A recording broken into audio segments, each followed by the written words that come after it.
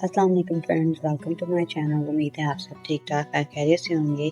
आज हम फिर से हाजिर हैं एक मज़ेदार रेसिपी के साथ। आज हम बनाने वाले हैं कुकीज़ विदाउट बटर। तो आप हमारे साथ बने रहिएगा। चैनल पर अगर आप न्यू हैं और चैनल को अब तक आपने सब्सक्राइब नहीं किया है तो चैनल को ज़रूर सब्सक्राइब कीजिए, बेल आइकन को ज़रूर हिट कीजिए। तो चलिए इसे बनाना हम स्टार्ट करते हैं। इसे बनाने के लिए हमें जिन इंग्रेडिएंट्स की ज़रूरत उनमें शामिल है 300 ग्राम यानी 2.5 कप ऑन पर्पस फ्लोर मैदा। इसके अलावा हम इसमें बटर का नहीं घी का इस्तेमाल कर रहे हैं यानी कुकिंग ऑयल। यह आपने तकरीबन लेना है 250 ग्राम। जितना हम मक्खन का इस्तेमाल करते हैं उतना ही हमें घी का इस्तेमाल करना है। 250 ग्राम आपको मेल्टेड या जमा हुआ बटर यूज़ करना है। इसके अलावा मैं इसमें मिक्स फ्रूट जैम का यूज़ कर रही हूँ, आप किसी भी जैम का यूज़ कर सकते हैं। Vanilla essence 1 teaspoon, cocoa powder 2 teaspoon, dry milk आपने तकरीबन 3 टीस्पून लेने हैं। रूम टेम्परेचर पर 1 एग लेना है। कॉफ़ी लेनी है और शुगर 1 कप आपने लेना है। बिस्किट की कटिंग के लिए इस तरह का कोई भी कैप आप यूज़ कर सकते हैं अगर आपके पास मोल्ड अवेलेबल नहीं है। ये तमाम इंग्रेडिएंट्स याद रहे रूम टेम्परेचर पर होने चाहिए। अब हम एक बॉल में सबसे पहले अपने ड्राई इंग्रेडिएंट्स को मिक्स कर लेंगे। सबसे पहले हम इसमें अपना 300 ग्राम ऑल पर्पस फ्लोर मैदा शामिल करेंगे। इसे अच्छी तरह से पहले आप छान लीजिएगा। अब इसमें हम शामिल करेंगे ड्राई मिल्क यानी खुश्क पाउडर। ये मैंने तकरीबन 3 टीस्पून लिया है। अब हम इन तमाम चीज़ों को हैंड बीटर से अच्छी तरह से मिक्स कर लेंगे। इन्हें अच्छी तरह से मिक्स करने के बाद हम चलते हैं अपनी नेक्स्ट स्टेप की तरफ। हम उन ड्राई इंग्रेडिएंट्स को एक साइड पर रखेंगे। देन इसके बाद अब हम इसमें शामिल करेंगे अपना 250 ग्राम घी। बटर है तो आप बटर का इस्तेमाल कीजिए, बटर अवेलेबल नहीं है तो परेशान मत होइए, आप घी का इस्तेमाल कीजिए। घी वो आपने इस्तेमाल करना है जो इस तरह से जमा हुआ हो। इस तरह से जमा हुआ घी आपको बटर की मुकम्मल प्योरिटीज जो है वो फराहम करता है। इस तरह आपके लिए बिस्किट को सॉफ्ट बनाना बहुत आसान हो जाएगा। तमाम इंग्रेडिएंट्स याद रहे रूम टेम्परेचर पर होने चाहिए ताकि आपका बिस्किट का बैटर जो है वो बहुत अच्छा तैयार हो सके। इस तरह का घी आपने इस्तेमाल करना है अगर आपके पास बटर अवेलेबल नहीं है। इसके अलावा हम अपना 1 कप आइसिंग शुगर यूज़ कर रहे हैं जो कि इन ग्राम आपके अकॉर्डिंगली इसमें अप्रॉक्सीमेटली 150 ग्राम्स बनते हैं। 1 कप जो आपने यूज़ करना है। अब हम इसे हैंड बीटर से पहले विदाउट ऑन के अच्छी तरह से मिक्स कर लेंगे। एक गाढ़ा पेस्ट तैयार होने पर आप बीटर को लो फ्लेम पर ऑन करने के बाद अच्छी तरह से बीट कर लीजिए। हमें इसे तकरीबन 5 से 10 मिनट के लिए बीट करना है ताकि हमारी शुगर जो है वो अच्छी तरह से हमारे घी में या बटर में अच्छी तरह से मिक्स हो सके। इस तरह से आप हल्के हाथ में स्लो स्पीड के साथ इसे बीट कीजिए। लगभग 15 मिनट के बाद हमारा घी और शुगर रेडी है। अब हम इसके अंदर अपने बाकी के इंग्रेडिएंट्स स्टार्ट करते हैं। सबसे पहले हम इसके अंदर शामिल कर रहे हैं वनीला एसेंस और मैं इसमें वनीला एसेंस शामिल कर रही हूँ तकरीबन 1 टीस्पून।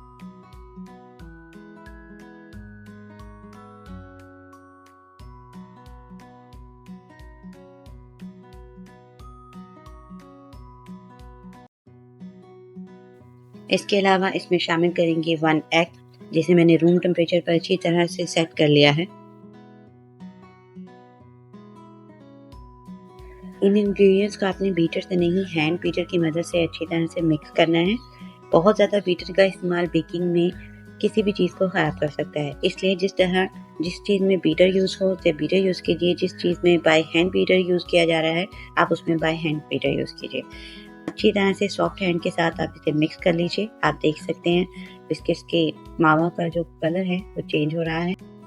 हमारा सेकंड स्टेप भी कंप्लीट हो चुका है। अब हम इसके अंदर शामिल करेंगे अपने ड्राई इंग्रेडिएंट्स यानी खुश्क मिल्क पाउडर और मैदा जो हमने मिक्स करके रखा था उसे अब हम इसके अंदर शामिल करेंगे और बीटर की मदद से तकरीबन 1 मिनट तक सिर्फ हम इसे अच्छी तरह से बीट कर लेंगे।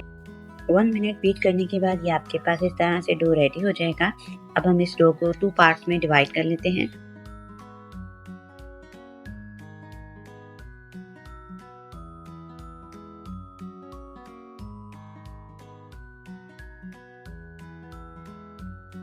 हाफ डो आप सिंपल रहने दीजिए और हाफ डो के अंदर हम शामिल करेंगे अपना कोको पाउडर।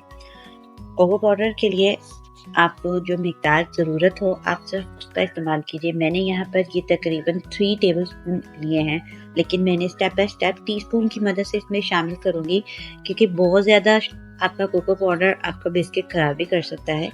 जितनी आपको रिक्वायरमेंट हो, जितना आपने हाफ किया है, आप उस हिसाब से इसे इस्तेमाल कीजिए। ज़रूरत के मुताबिक मैं 1 टीस्पून और इसमें कोको पाउडर का ऐड करूँगी और इसे अच्छी तरह से मिक्स कर लूँगी।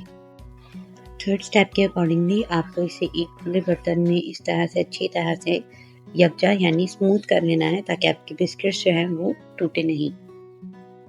2 कप्स रेडी हो चुके हैं। अब हम अपने नेक्स्ट स्टेप की तरफ चलते हैं। इस तरह से किसी भी किस्म का प्लास्टिक का शापर या शीट जो है वो आप यूज़ कर सकते हैं। शॉपिंग बैग भी यूज़ कर सकते हैं और शीट भी आप यूज़ कर सकते हैं।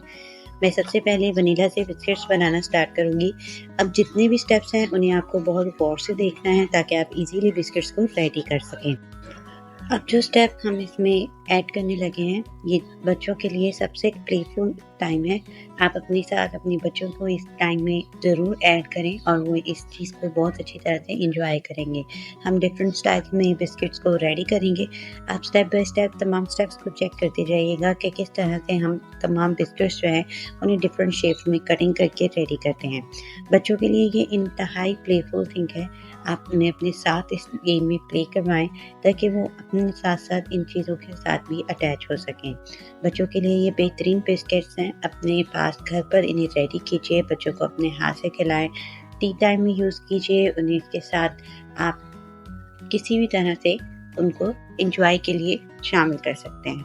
आप देख सकते हैं इस तरह से इसकी थिन आपने लेयर रख दी है। बिस्किट की लेयर इतनी थिन होनी चाहिए कि वो फूलने के बाद अपनी एक शेप और एक साइज़ बरकरार रख सके। इस तरह की शेप के कैप से आप इसकी कटिंग कर लीजिए। आपके पास मोल्ड अवेलेबल हैं बिस्किट कटर के, तो आप वो भी कर सकते हैं। हमने अपने फर्स्ट वनीला 2 कप बिस्किट्स जो हैं उन्हें कट कर लिया है। इसे मैं ट्रे में अब अच्छी तरह से सेट कर लेती हूँ। ट्रे को आपने बिफोर टाइम ट्विस्ट करने के बाद बटर पेपर के साथ सेट कर लेना है, ताकि आपके लिए आसानी रहे।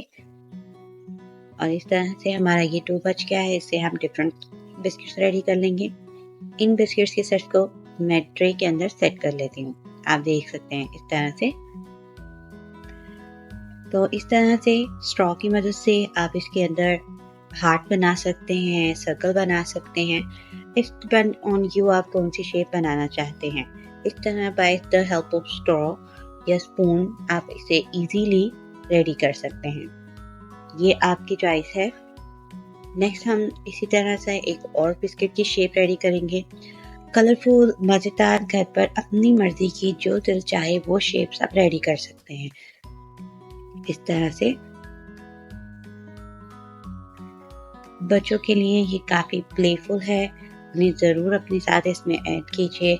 उनसे ये बिस्किट्स के शेप्स उनके रिक्वायरमेंट के अकॉर्डिंगली रेडी करवाइए। वो इसमें ज़रूर बहुत अच्छे से पार्टिसिपेट करेंगे और बहुत हैप्पी भी फील करेंगे।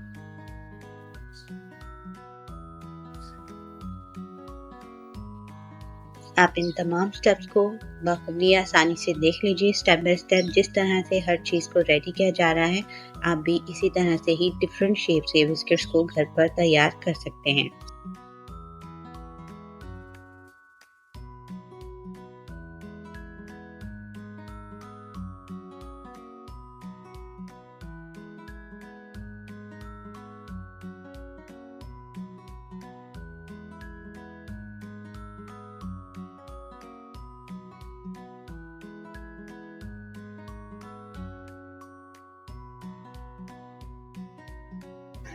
ये स्टेप मेरा सबसे फेवरेट है। इसमें बनने वाली शेप जो है वो मेरी सबसे फेवरेट शेप है और ये बहुत इजीली रेडी हो जाती है।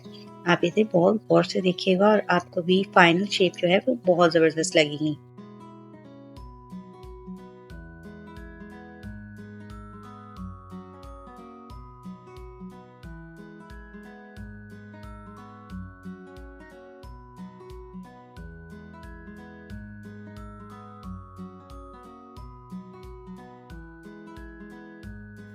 आप देख सकते हैं इस तरह से इक्वल बॉल शेप्स के साथ हमने कितना क्यूट सा फ्लावर रेडी कर लिया है।